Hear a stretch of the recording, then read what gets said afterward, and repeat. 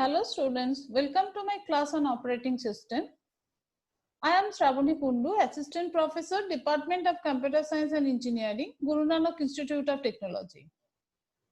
Today I will discuss the topic process creation. Now after going through this lecture, you will be able to create the child process and you will perform the different action on the child process, like you will be able to create the orphan process, you will be able to create the zombie process, and you also can able to terminate the process. Now, before going to the discussion of the process creation, I just briefly go through the term process. Now, what is process? Process is the program in execution. That means there is a set of instruction, and when we want to execute that set of instruction, we need to execute the code. Along with that, some resources like the file, CPU, memory, IO devices. So with the help of the some resources, we can execute the process. Fine. So the program is converted to the process. Now when the program is converted to the process and it is executed by the system, then after conversion, each process has its own ID. That is called the process ID. Fine. So after conversion, that means when a process is in execution, when the process is in system running state or waiting state or ready state, then each process has its own ID. So that is called the PID or process ID. This process ID can uniquely identify the process. Fine. Now, a process also can create some processes. So when a process, so let us say P1 is a process which is executing by the system, and to speed up its execution, the process P1 can create two processes. One is P2 and another is P3. So these two processes, P2 and P3, are called child process. So these two processes is called the child process, and the process P1 who has created these two processes, that process P1 is called the parent process. So that means here we come two important terms. One is the parent process and second one is the children process. So which process is called the children process? The process which is created by the parent process. So in this example, the process P2 and P3 are the children process, and the process P1 is called the parent process. And another interesting thing is that the child process is also able to create its own process. That means the child process also can create another child process. That means suppose process P3 can create another two child processes like P4 and P5. So now P4 and P5 become the child processes of process P3. So here you can see that while the processes will create their own process, and subsequently it can form a tree-like structure. Okay, so this is called the process tree. And the important thing is that while a process, that means a parent process, so here the P1 is parent, so while the parent process will create the child process, in that case each process will have separate unique ID, that means separate unique process ID. So the P1 has a separate process ID, P2 also has a separate process ID, P3 also has a separate ID. As P1 is created two processes P2 and P3, it doesn't mean that P2 and P3 will share same process ID. It is not true. For each process, whether it is created by the child process or not, so each process there must be separate process ID. Fine. So similarly here P3, P4, P5 also has a separate process ID. So for this particular tree, there are 5 processes and there are 5 different process ID.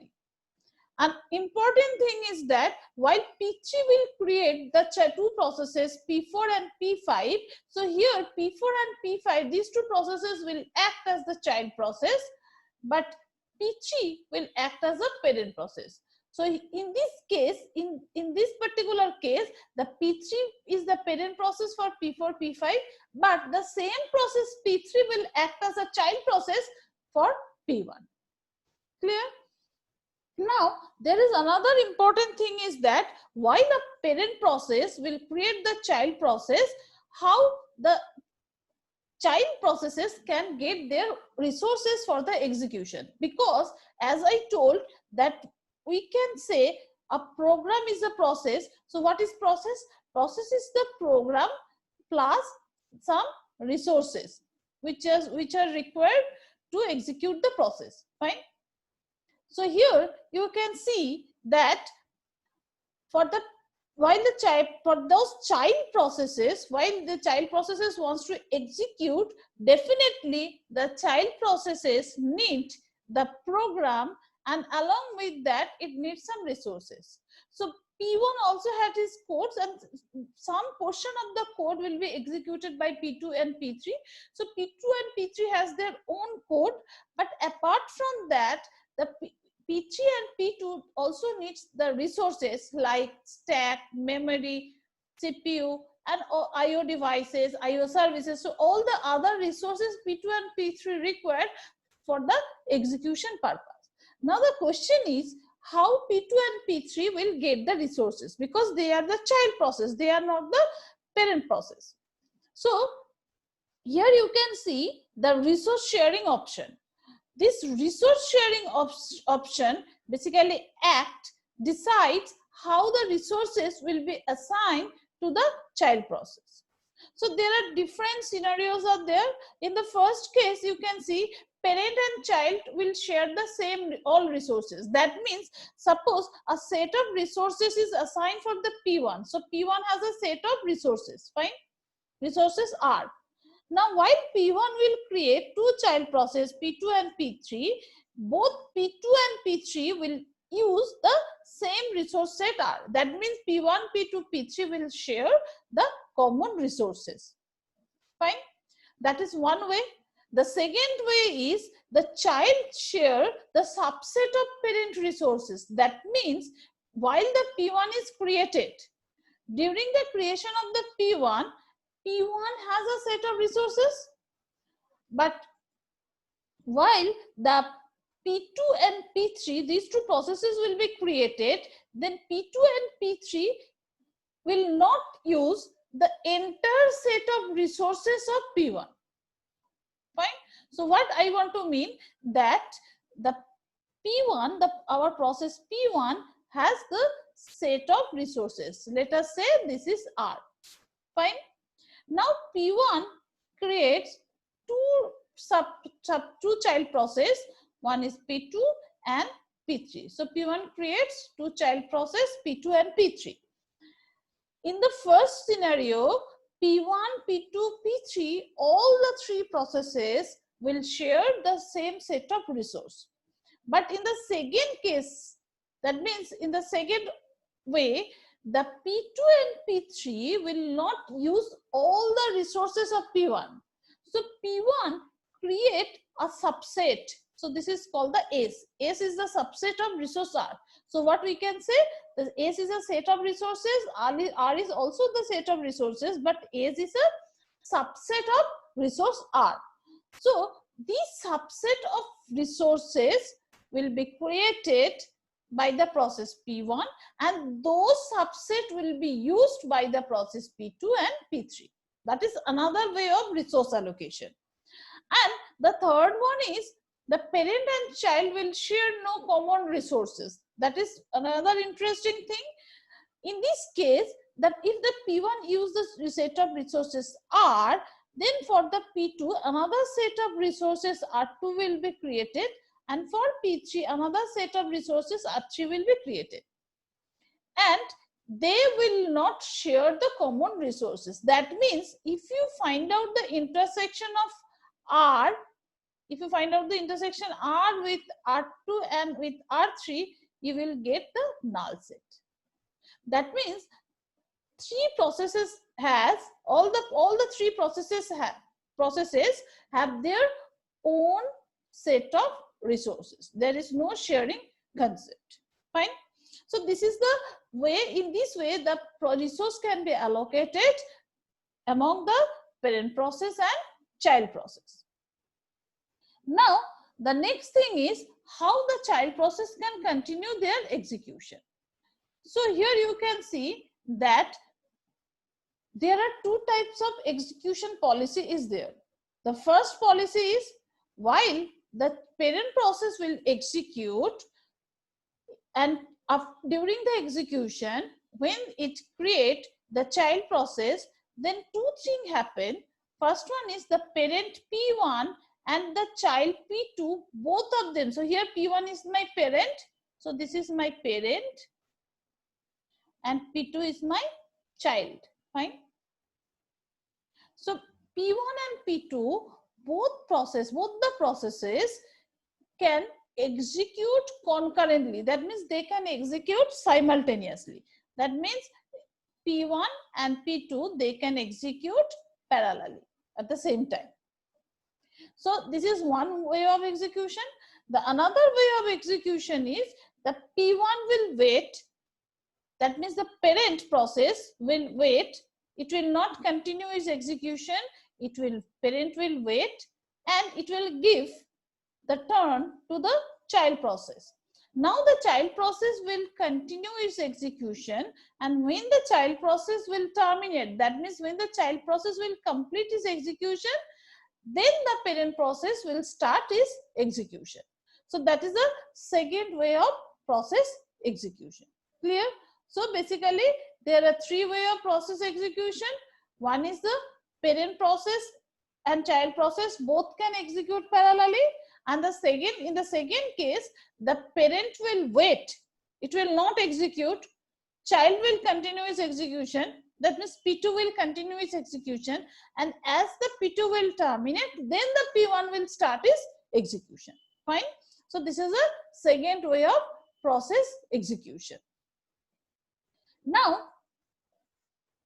so here you can see this is a example of the process tree structure. So here you can see that this is for the Linux system. This init process is the initial, that is the parent process, root of the tree, and this init process can create the child process like login, SSHD, kthread. So those are the different processes will be created by the init process, and apart from those three processes, there will be some other processes also for the Linux operating system. Now the login process can create the bash, and the bash can create the ps, emacs, and another set of commands. So if you execute the command echo or ls, so there are set of commands are there that also can be created under the bash. So here you can see the different init is basically the root of the process, that is the main process, and this process subsequently created all the other processes. So this is a tree-like structure. Now, so as I told you that a process can share, how the process will share the resources. That means how the parent process will share the resources with the child process. So there are different types of resource allocation. One is the parent and child, both will share the common resource. Second one is child will share some subset of resources of the parent process. And in the third case, all the parent and child process has no common subset. That means they have a separate set of resources. Now, there is another important resource which is called the address space. Address space means, you can remember that is very important concept for the address space. So you can remember that if we write a code like this one, suppose there is a function f in any program, and inside the function f we have created the variable int a. Now that this function is under process P1, and P1, the process P1 has created a child process P2. Now and for the process P2, there is some another function F1, and in the under this function F1, there is another variable int a. Fine. Now what happened? The process P1 and P2 both can share the, that means P2 can duplicate the parent address space. So while the process P1 will be executed by the system, that means the program P1 will be loaded in some memory. So this is the memory where the P1 is present. Now while the P1 will create the child process P2, then what happened? P2 has another set of function. There is another A also inside the P2. Fine. But the thing is that during the creation of the P2, the child process, P2 is the child process. So what happened? The P2 will copy this entire address space of P1 and it will create its own address space P2. So this address space of P1, and so whatever the things are present inside the P1, the same thing is present in the address of space of P2. But here you can see there is a for P1, there is another A for P1, but the variable A for P1 belongs to this address space, but this variable A for P2 belongs to this address space. So while you will print the value for both the A, you will get the different value. So this is very important concept of the address space. So again, so this concept is required while you will create the child process. So here you can see that in the Unix example, in Unix operating system, a parent process can create the child process with the help of the fork system call. Okay. And this exec system call is used to replace the process memory space with a new program. So here you can see a diagram. So in this state diagram, this fork system call is used to create the child process. Now after the creation of the child process, this exec system call is executed, and by executing this exec system call, this new address space is created. Fine. And the process will complete its execution, and when the P2 will reach in the exit state, that means the child process P2 completes its execution, and then we go back to the wait state. So in the wait state, the parent process P1 is waiting. So parent process P1 cannot continue its execution, cannot terminate itself. So parent process P1 is waiting in this state, and while the P2 will complete its execution, then it will come over here, all this child process will be merged with the parent process, and then parent process will resume its operation. Fine. So this is a very important example of the process creation.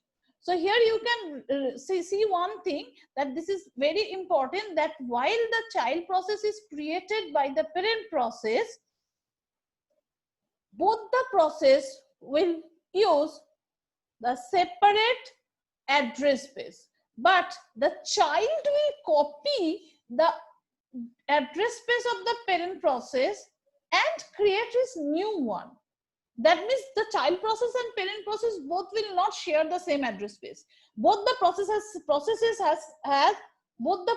have different address space, but the address space of the child process is same as the address space of the parent process. That means child process creates a duplicate copy of the parent process address space. Fine. Now, so here you can see that is an example of code which is used to create the child process. So in this example, you can see that there are different instructions are there. The first one is the c/types.h, stdio.h, and unistd.h. So those header files are required to create the child process, and this program is written in C programming. From the structure you can understand, and this is under the Unix environment or Linux environment. Fine. So here you can see there is a variable PID underscore T. So this PID underscore T is a data type which is used to store the process ID. So here PID is a variable that is used to store the process ID of the parent. So here you can see, so I'm explaining one by one statement. So this basically this PID is used to store the process ID. Fine. Now here you can see there is another important statement, that is PID equals to fork. So this fork system call basically creates the child process. The fork system call creates the child process. Fine.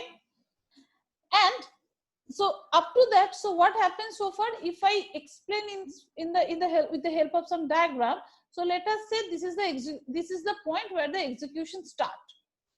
Now after this point, so this execution begins like that. So this int main will be executed, the first brace will be executed, this statement will be executed. After that, this particular statement, so at this point the statement which is executed is PID is equals to fork. Right? At this point. Now while this statement will be executed by the parent process, so this is my parent process. This is my parent process. Now at this point, while this PID equals to fork, this system call will be executed. Here the child process will be created. So the child process will be created. Fine. Now this child process has, so as I discussed just before, that the child process will share the copy the address space of the parent process. So this is all the things, this instruction is present in the address space of the parent process. So in the child body, the entire instructions will be copied. Remember, so in case of parent, so this entire instruction set, so let us say this is the instruction set I. So this entire instruction set I is present and in the address space of the parent. So this is the address space of parent. Fine. Now what happened during the creation of the PID is equals to fork, that means during the creation of the child process, this entire address space will be copied by the child process. So this child process, so this child process will copy the same instruction set I. That means in the address space of child process has all this same set of instructions. That the same set of instructions is present in the body of the child process. Fine. Now, but remember one thing, the execution of the child process will start from this point. So this if statement, the execution of the child process will start from if statement. So consider the statement, this if, whatever is written over here, and the same if statement will be executed by the parent process. Fine. So the entire program, this entire instruction set I is present in the address space of the parent process. The entire instruction set I is present in the address space of the child process. Fine. But parent process already executed this PID equals to fork instruction. So for the parent process, the next instruction to be executed is if PID less than 0. Okay. But for the child process, the execution will start from the same point if PID less than 0. And you remember one thing, in case of, while you will write down the code in C, in case of Unix compiler, the PID is by default is initialized to 0. Okay. So same PID variable is present in the address space of the child process, and same PID variable is present in the address space of the parent process. but these two PID are different. If you print the address of both the PID, you will get the different address. Okay. Now, another important thing is that after creation of the child process, the fork system call returns the address or process ID of the child process, and that will be stored in the PID variable. Fine. So after execution of this particular statement by the parent process, what the PID variable has? So after execution of the statement PID equals to fork, the PID variable of the parent process has the process ID of child. Fine. But here this PID has nothing, that is initialized to 0.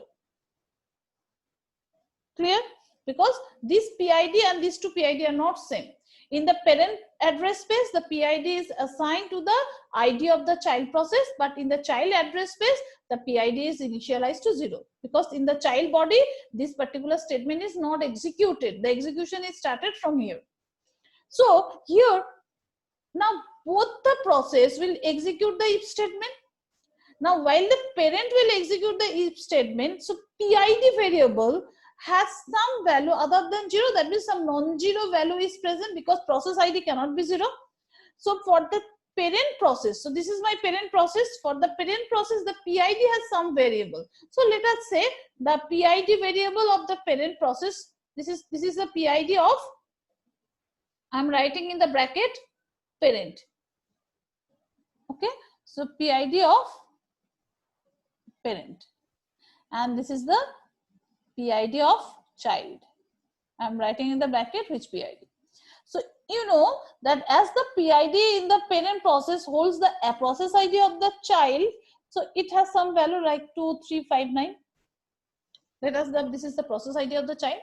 But in case of the PID variable of the child process, it has a 0. So while both the process will execute the same if statement, so here if PID is less than 0. So in both the cases, the PID is not less than 0. So this particular if will not be executed by any one of them. Now, parent process, for the parent process, the if will not satisfy, so it will execute the else statement. Similarly, for the child process, the if will not be satisfied, so it will execute the else statement. Now, in the else if, the statement is if PID equals to 0. So for the parent body, what is the value of the PID? 2359. So 2359 equals to 0 will not be satisfied. So parent will execute the next statement. But for the child body, the value of PID is 0. So 0 equals to 0 will be executed. So the child, whatever you will write under these two braces, that means under this block, so this entire thing will be executed by the child process. Whereas, as this else if is not satisfied by the child body, parent body, so the parent will execute this else part. So what we can say that whatever we will write under this else if part, that is under the child process, that means the child process will execute all the statement present between this brace to this brace, but the parent process will execute all the statements which are present between this else, the starting brace of the else and the ending brace of else. So this is the parent body. We can say this is the parent body. So this is our instruction of this, whatever the instruction for the parent is present over here. So this is parent, this is present over here, and this is that particular section, I can say it is the child body. Fine. So in this way, what you can see after completion of the execution, you can see the output is like that. This is the child body. It will execute this EXELP syntax, and in the parent body, it will also this. That means both the statement will be executed by the program. Or finally, you can see that else if part is executed and else part is executed, but that is not executed by the same process. Else if part is executed by the parent child process, and else part is executed by the parent process. So in this way, the process can create the child process and they can continue their execution, and how you can understand how the child process can share the same address space of the parent process. So now, next I will discuss the process termination. So this process termination basically can be done in two ways.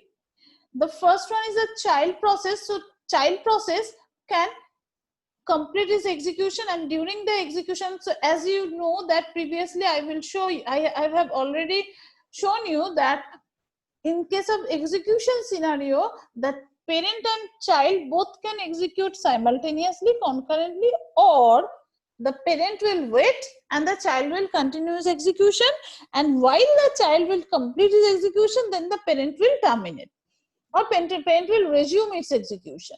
So in this case, the process termination, the exit system call can use to terminate the process.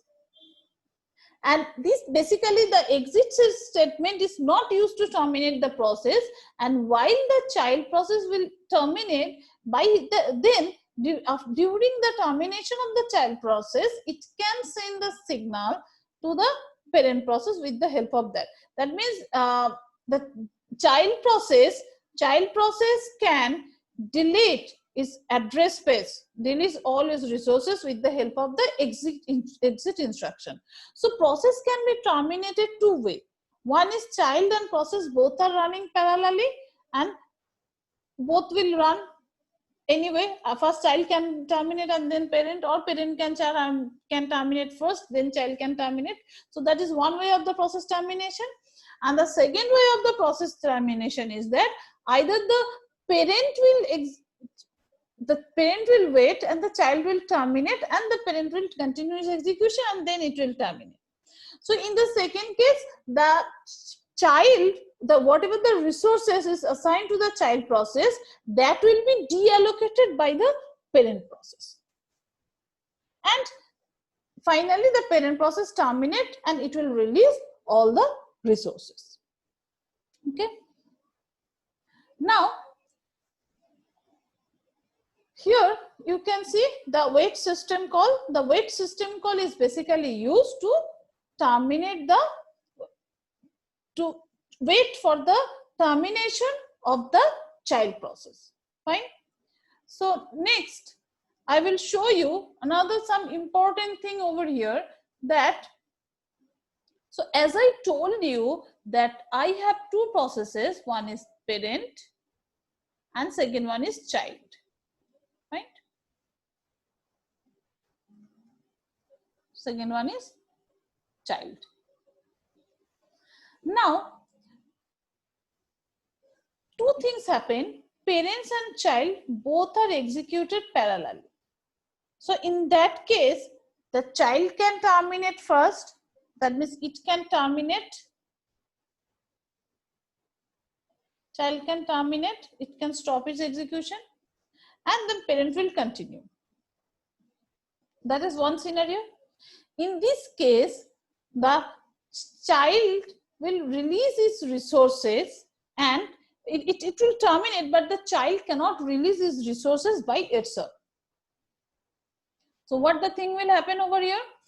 If two processes are running parallelly, that means the parent process and child process both are running parallelly, then it may be, depending on the workload of the child and parent process, it may happen that the child process will terminate. It will complete this execution first. It will terminate first and then the parent will terminate.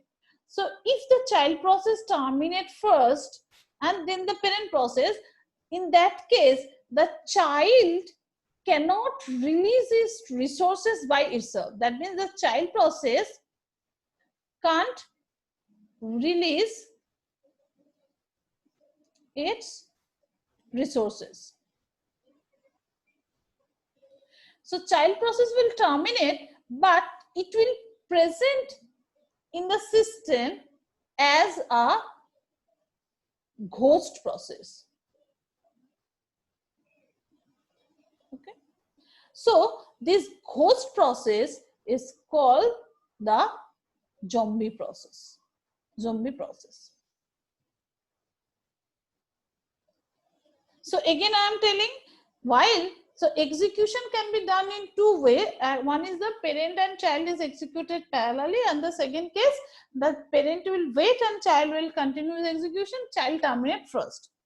So in both the cases, whatever may be the cases, in both the cases, if child terminate first, in that case, the child process is not able to release its resources by itself. So it stops its execution, but still the process exists. The process present in the system as a dead process. So we also can say it is a dead process. Why it is dead? Because the process has already reached to the terminate state, but as it cannot release the resources, it still exists in the system. So in this case, the child process is called the dead process. So this dead process is called the zombie process. And there is another process which is called the orphan process. So what is the scenario for the orphan process? So there is the parent and the child, both are running parallelly. And it may happen that parent will terminate first. That means it will complete its execution first, and still child is continuing. And then child will terminate at this point. So let us say that this point is at time t1, and at time t2 the child will complete. And t1 is less than t2. That means the child process will terminate after the parent process. So far, up to this point, at that up to the time t1, the process C is called the child, and child of which process? The child of the parent of P. That means if I show you the tree-like structure, so it will be like this one. This is my parent process, and this is my child process. So this C is the parent child of the process P. But at time t1, while the P will complete its execution, so P will now, as the P has completed its execution, so P will not be present in the system. It can terminate itself. So in that case, there is no parent for the child process. So this scenario, in this case, as for the process C, there is no child process. The process C is called the orphan process. Fine. So when the orphan process is created, if the parent process terminate first and then the child process terminates, so in that case the child process has no parent. So the child process exists in the system without any parent. So in that case the child process is called the orphan. But in general, in reality, a process cannot exist in the system without a parent. So if you can remember that I shown you in case of UNIC, the initial process, that means the rootmost process is the init process. So in this case, when the child process has no parent, then immediately the operating system assign the init process as the parent of the child process. Fine. Still, as its own parent doesn't exist in the system, so the child process C is called the orphan process. Fine. So basically, depending on the termination of the process, there are two types of processes in the system. One is called the child process or zombie process, and the second one is called the orphan process. Fine. So now I will show you the diagram, that means the syntax, how to create the orphan process and how to create the zombie process. So first I will show you how to create the zombie process. Zombie process. So consider this is main. I am writing in C.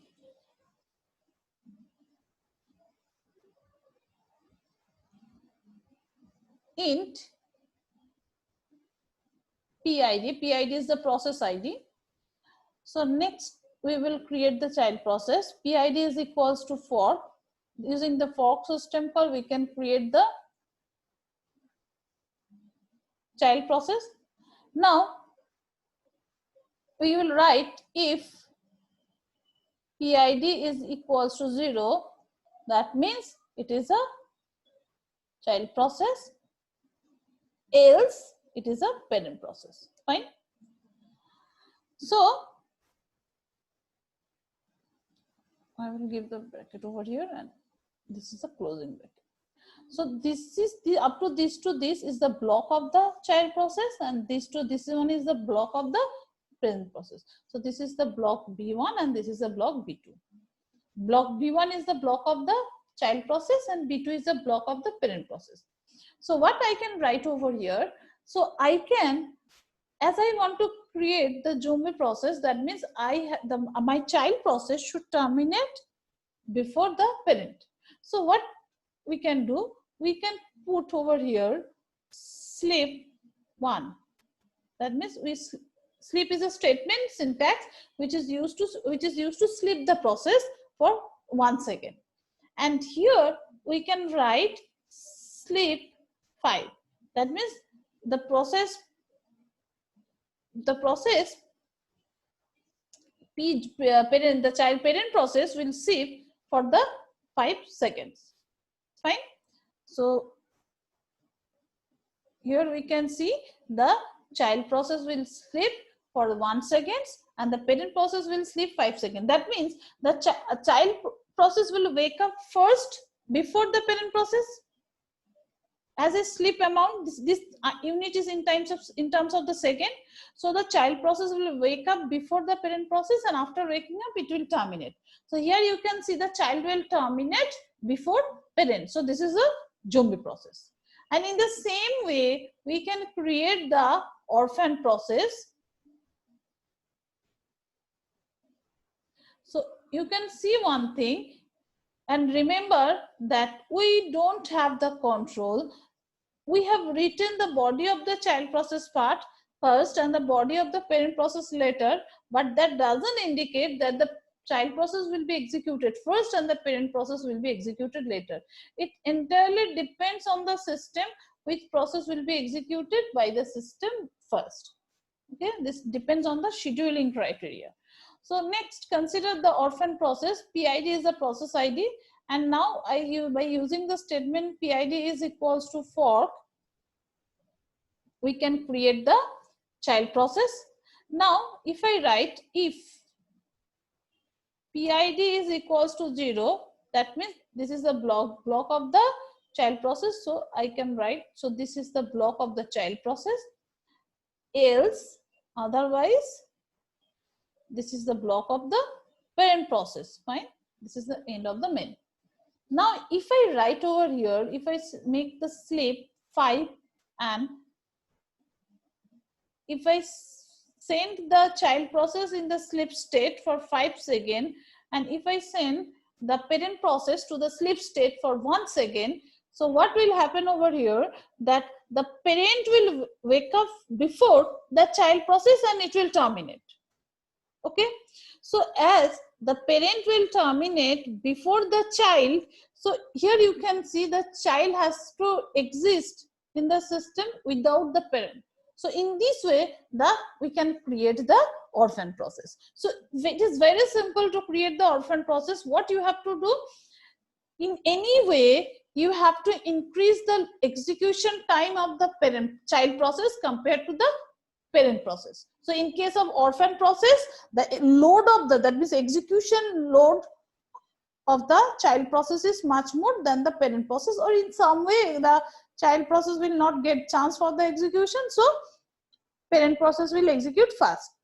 In this way we can create the orphan process. But if I want to create the zombie process, in that case we have to reverse the approach and we have to increase the execution time of the parent process rather than the child process, so that the child process must terminate before the parent process.